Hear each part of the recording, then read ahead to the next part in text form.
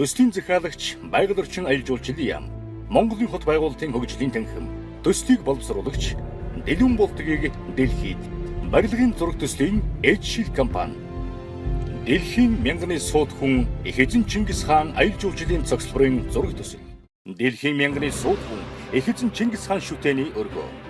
Шүтээний байгууламжинд бүхэлдээ Монголын нууц товчоонд бичигдсэн түүхэн хүмүүсийн гавьяа, тухайн үеийн үйл явдлыг бодитоор мэдрэхэд зориулагдсан байна. Мянганы сууд их эзэн Чингис хаан шүтээний байгууламж нь нүүж яваа номон хөсөг, хаяаган сөгсөн өргөө ба шүтээний байгууламжийн хамгийн дээд талаас алсыг дурандахаар төлөвлөгдсөн. Дээрээс харахад тэнгэрийн мэлмэд ном сумыг дүрсэлсэн байгаа нь холч мэрэгэн ухаан мохшгүй зоргийг илтгэсэн болно. Ном сум мэт том жижиг дөрвөн хаалгаар орлон өмнө зүүн баруун талын мэдээллийн отгуудаас шүтээний өргөө үзэр үйлчилгээний мэдээлэлтэй танилцж өөрийн сонирхсон өргөн зочлох эрхийн гэргийг авч нэвтэрснээр 13 дугаар зууны түүхэн цаг үеийн хугацаагаар аялж их эзэн Чингис хаанд хүндэтгэл үзүүлэн Монголын нууц товчооны нууцад нэвтрэх боломж нээгдэнэ. Мянганы сууд хүн их эзэн Чингис хааныг дэлхийн бөмбөр зөвхт 9 шар гахтыг тойруулан Монголын эзэнт хүрний газрын зураг дээр бат зогсож 10 гараа өргөн тэнгэртэй харьцаж зүүн гартаа зүрхэн тушаа их Монгол улсын төрийн тамга барьж ууж болон дээлийг нь салхисрын зогсож байгаагаар дүрсэлсэн. Уг баримлын дэлхийн бөмбөрцгөн зэвэрдгүү хангаар хийгдэх бөгөөд газрын зураг нь автан шармалаар хийгдснээр бусдаасан ялгагдах онцлогтой. Дэлхийн бөмбөрцөг дээр бат зогсож байгааг дүрслэлсэн нь хизээж шантаршгүй эрэмгий зоригтойг илтгэж байна. Баруун гараа өргөж байгаа нь альва их үйл хэрэгэн бүтээхийн өмнө бясалгаж тэнгэртэй харьцаж хувь заяагаан даатгдаг байсныг илтгэж байгаа юм. Дээл нь салхисрын зогсож байгаагаар дүрслэгдсэн саруул ухаан өөжүү бодлыг илтгэнэ. Шүтээний өргөн 7 давхар бөгөөд давхар бүр Чингис хааны дээд өвгөөс эхлэн түүхэнд мэрэгэн ухаантай хяад борчин овгийн хүмүүсийн нэрээр нэрлэгдсэн танхимтай байна. 1-р давхар шүтээний өргөний танилцуулах танхим 2000 м2 талбайтай 300 хүний багтаамжтай. 2-р давхар Бүрдчон гооморлын танхим 1940 м2 талбайтай 1 дор 300 хүн хүлээн авах хүчин чадалтай. 3-р давхар Бодончор богдын танхим 1590 м2 талбайтай 1 дор 250 хүн хүлээн авах хүчин чадалтай. 4-р давхар Барим Ширату Хабич Баатар танхим 1255 м2 талбайтай 1 дор 200 хүн хүлээн авах хүчин чадалтай. 5-р давхар Бартан Баатрын танхим 730 м2 талбайтай 1 дор 120 хүн хүлээн авах хүчин чадалтай. 6-р давхар Исүхэ Баатрын танхим 408 м2 талбайтай 1 дор 68 хүн хүлээн авах хүчин чадалтай. 7-р давхар Мянганы сууд их эзэн Чингис хаан шүтээний танхим 270 м2 талбайтай 1 дор 45 хүн хүлээн авах хүчин чадалтай. Шүтээний төв өргөө 1 дор 1300 хүлээн авах хүчин чадалтай. Зүүн талд төрийн 4 хатны отгийг байршуулжээ. Бүрд хатны отог, Есүгэн хатны отог, Есүй хатны отог, Хулан хатны отог. Отог бүр 250 м2 талбайтай 1 дор 50 хүн хүлээн авах хүчин чадалтай. Тэмүжний багнаас миний байгууламж. Баруун талд Чингис хааны амийг аварсан түүхэн хүмүүсийн 4 отгийг байршуулсан юм. Сорхон шарын отог, Зэлэн Баатрын отог, Хэшлэг Баада хоёрын отог, Хуаагчин эмгний отог. Тэмүжин Жамх хоёр нь 3 та анд барилдсан түүхэн үйл явдлыг 13 дугаар зууны угсаатны зүйн судалгаан дээр үндэслэгдэж хийгдсэн бөгөөд өвөл цагийг дүрсэлснэрийн онцлогтой. Чингис хаан хөшөөний доод талын байгууламж нь Тэмүжний баг насны түүхэн үйл явдлыг харуулсан үзүүрийн газар байх юм. Уг байгууламжийн гадна талын хээний Тэмүжин хамгаалсан тэнгэрийн дохиог Монголын нууц товчооны 80 дугаар зүйлд тайчуудаас зүгтааж шугуй дотор 3 хонож одоо харъя гэж морио хөдөлж яваад мориноос эмээлэн мултран өнөв.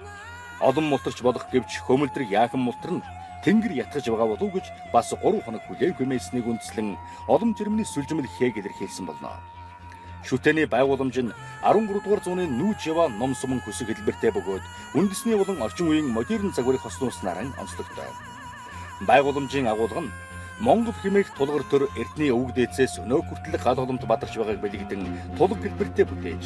Дээр нь Монголын эзэнт хүрний газрын зурган дээр дөрвөн бэрх буулгасан нь их эзэн хаан дэлхийн талыг нэгтгэсэн агуу сүр хүчийг илтгэж байгаа бөгөөд дэлхийн эв нэгдлийг илэрхийлсэн утгатай байгууламж юм. Добуу мэрэгэн Алангуй хатны учрлын өргөө нь Монгол эмэгтэй сайлын бүслүүрт болдог хэлбэртэй.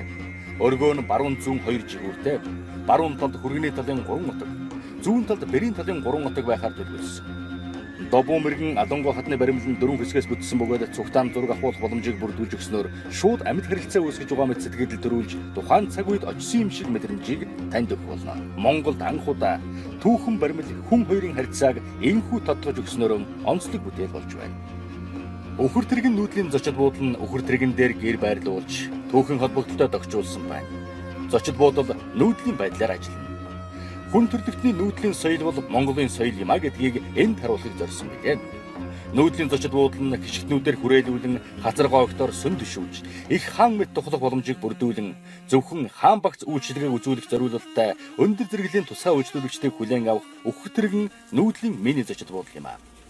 Монголын эзэнт хөр музей нь их эзэн Чингис хааны алдан үргэхний дэлхийг нэгтгэсэн агуу түүх болон Монголын улс товчооны зүйл бүрийн түүхэн үйл явдлыг тухайн цаг үед очсон мэт мэдрэмжийг төрүүлэх үе зүдмөртэй байх бөгөөд Монгол үндэсний ёс заншил, өв уламжлалыг олон улсад сурчлах гол байгууламж юм а.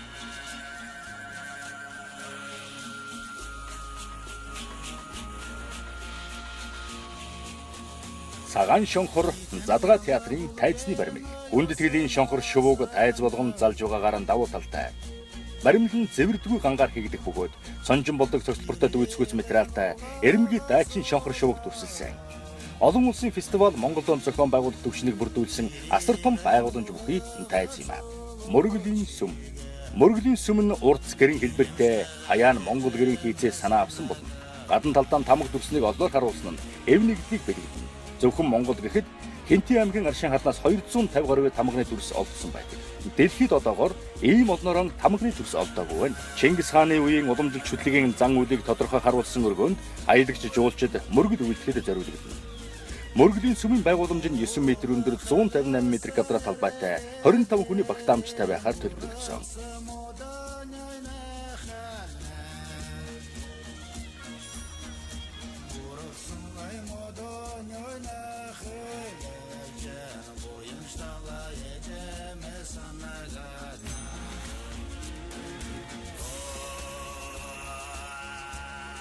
Дэлгүүн болдог Нисхон гусны буудан. Дэлгүүн болдог Нисхон гусны буудан нь далавчаан дэлгэсэн цагаан шонхор шувуунаас санаа авсан.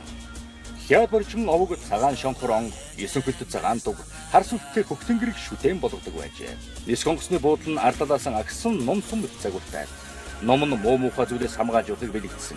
Дэлхийн анхны дипломат паспорт буюу гэргээг урдалд нь байрлуулснараа онгон дагшин байгал эд түүхийн жимээр аялах эрхийг олгож байгаа юм а. Нисхон гусны буудан нь 4200 м квадрат талбайтай, нэгдүгээр 700 хүн хүлээн авах чадaltaй байхаар төлөвлөгдсөн олон улсын жишгтний эдсэн зорчигчдын 5 дуг аюулгүй байдлыг бүрэн хангасан байна. Онгоцны буудлын гадна талбай ногоон байгууламж бүхий автомашины зогсоолт, дохиогч самхагтай стандартын дагуу хийгдэхээр төлөвлөгдсөн.